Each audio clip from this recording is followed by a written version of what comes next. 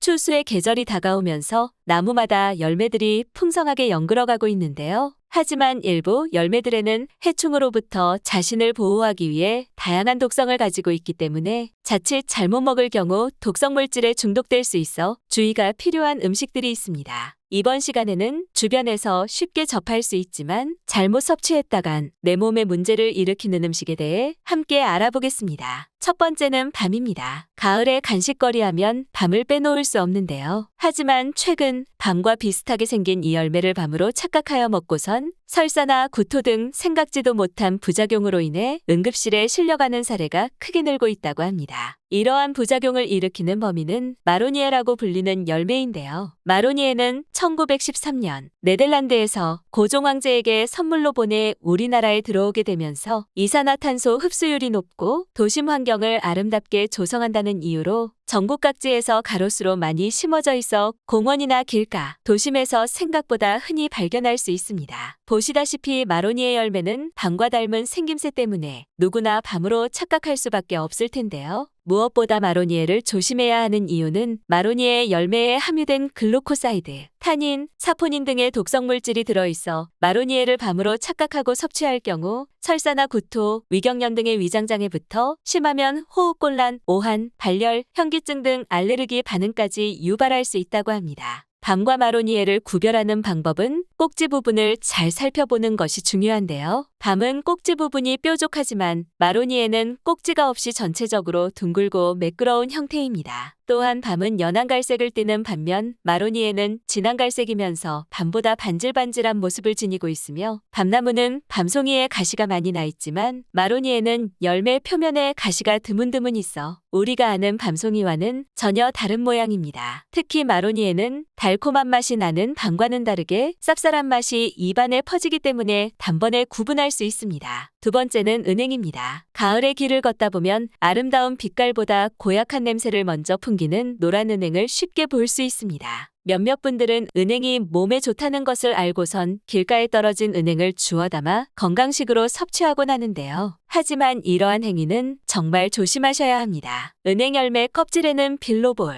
은행산 등의 독성 물질이 들어있는데 이 독성은 은행알이 외부의 천적들로부터 스스로를 지키기 위한 방어수단으로 고약한 냄새를 풍기는 물질이기도 합니다. 문제는 이 독성 물질이 눈 주위 피부나 결막 등에 묻어 흡수되면 심각한 염증을 일으킬 수 있다는 것인데요. 실제로 국내에서 은행 열매를 만진 손으로 눈을 비빈 뒤 독성 각결막염이 발생한 사례가 보고된 바 있는데 대한안과학회지에 보고된 내용에 따르면 해당 환자는 은행 열매를 만진 뒤 눈 주변을 비볐고 이후 약 일주일간 심한 이물감, 통증, 시력 저하 증상과 함께 눈에 끈적이는 점액성 분비물이 생겼다고 합니다. 때문에 은행 열매를 만질 때는 반드시 고무장갑 등을 착용해야 하며 만진 뒤에는 빠른 시간 안에 손을 씻는 게 좋습니다. 또한 은행을 섭취할 때도 주의가 필요한데 은행 속에는 청산배당체나 메틸피리독신, 아미그달린 등의 독성 물질이 들어있어 절대 생으로 섭취하면 안 되고 한꺼번에 너무 많은 양을 섭취하는 것 역시 삼가야 합니다. 은행은 보통 성인은 하루에 10개 이하로 어린이는 2개에서 3개 정도만 먹는 것이 안전합니다. 세 번째는 매실입니다. 최근 들어 매실을 이용해 매실청을 담그는 분들이 많아지면서 만드는 방법은 물론 섭취 방법까지 다양해지고 있는데요. 매실을 이용해 매실청을 담글 때도 주의가 필요합니다. 매실에는 아미그달린이라는 독성 물질이 상당량 포함되어 있는데 주로 덜 익은 매실이나 매실의 씨앗에 많이 함유되어 있습니다. 아미그달린이 인체에 흡수되면 소량일 경우 복통, 구토, 설사 정도의 증상이 나타나지만 고용량에서는 중추신경계 이상과 함께 마비 증상이 생길 수 있다고 하는데요. 이 사실을 알고선 몇몇 분들은 매실청을 담근 후 약 3달 정도 지났을 때 매실을 건져내면 독성이 없어지는 걸로 알고 계시는데 이것은 잘못된 정보입니다. 매실청이 숙성되면서 매실에 함유된 유기산이나 각종 영양소들이 진액으로 빠져나오면서 씨앗에 있는 아미그달린 성분까지 함께 녹아나오게 되는데요. 2013년 경기도 보건환경연구원에서 씨를 빼지 않은 매실로 매실청을 담갔을 때 아미그달린의 함량 변화를 조사했더니 약 100일 전후에 아미그달린 함량이 가장 높았으며 시간이 지날수록 함량이 줄어들면서 1년 정도 지났을 땐 아미그달린이 모두 분해되어 대부분 사라지는 것으로 나타났습니다. 따라서 매실청의 독성으로부터 좀 더 안전하게 드시고자 한다면 담근 후 1년이 지난 후에 먹는 것이 안전하겠습니다. 네 번째는 토마토입니다. 흔히 토마토 하면 떠오르는 빨간색 토마토뿐만 아니라 최근에는 검은색, 노란색, 흰색 등 다양한 색깔의 토마토가 품종 개발되면서 색깔에 따른 그 효능도 제각각입니다. 이렇게 다양한 색깔의 토마토들이 개발되면서 초록색을 띠는 토마토도 품종 개량된 것으로 생각해 무심코 드실 수 있을 텐데요. 초록빛을 띠는 토마토에는 솔라닌이라는 독성 성분을 지니고 있는데 이 성분은 감자싹에 들어있는 독성과 같은 성분이며 우리 몸속에 들어오면 두통이나 복통, 메스꺼움, 구토 등 중독 증상을 일으키고 혈액 속 적혈구를 파괴시켜 빈혈을 일으킬 뿐만 아니라 심하면 온몸에 산소가 부족해지면서 뇌신경마비, 전신마비를 일으킨다고 합니다. 특히 솔라닌 성분은 물에 끓여도 잘 제거되지 않고 물에 녹지도 않기 때문에 붉은빛 없이 전체적으로 초록색인 토마토는 적당히 후숙한 뒤에 먹는 것이 좋습니다. 다섯 번째는 버섯입니다. 버섯은 마트에서도 손쉽게 구매할 수 있고 방송에서도 버섯을 생으로 먹는 모습이 자주 나와 별다른 부작용이 없을 거라 생각하지만 이는 식용버섯이라고 해도 절대로 해서는 안 되는 행동입니다. 버섯에는 아가리틴이라는 미량의 독성 성분이 들어있는데 이 성분이 몸속으로 들어가면 체내대사 작용에 의해 하이드라진이라는 발암물질로 변할 수 있다고 합니다. 하이드라진은 인체발암 가능성 물질로서 동물 실험에서 간암, 폐암, 백혈병, 중추신경 장애 등을 유발하는 것으로 알려져 있어 주의가 필요한데요. 하지만 다행히도 이러한 성분들은 열에 약해 조리하면 대부분 없어진다고 하니 표고버섯이나 팽이버섯 등 모든 버섯 종류는 반드시 익혀서 드시는 것이 좋습니다. 여섯 번째는 호박입니다. 호박은 다른 식물에 비해 쉽게 상하지 않아 장기간 보관할 수 있다는 장점이 있습니다. 하지만 간혹 오래 보관한 호박에서 쓴맛이 나는 경우가 있는데 이는 호박에 당분이 발효되면서 쿠쿠르비타신이라는 성분이 발생하기 때문입니다. 쿠쿠르비타신 성분은 수박이나 오이, 참외와 같은 박과식물들이 해충으로부터 보호하기 위해 만드는 천연독소 성분으로서 호박이 변질되면 술 냄새와 함께 강한 쓴맛이 나는 게 특징입니다.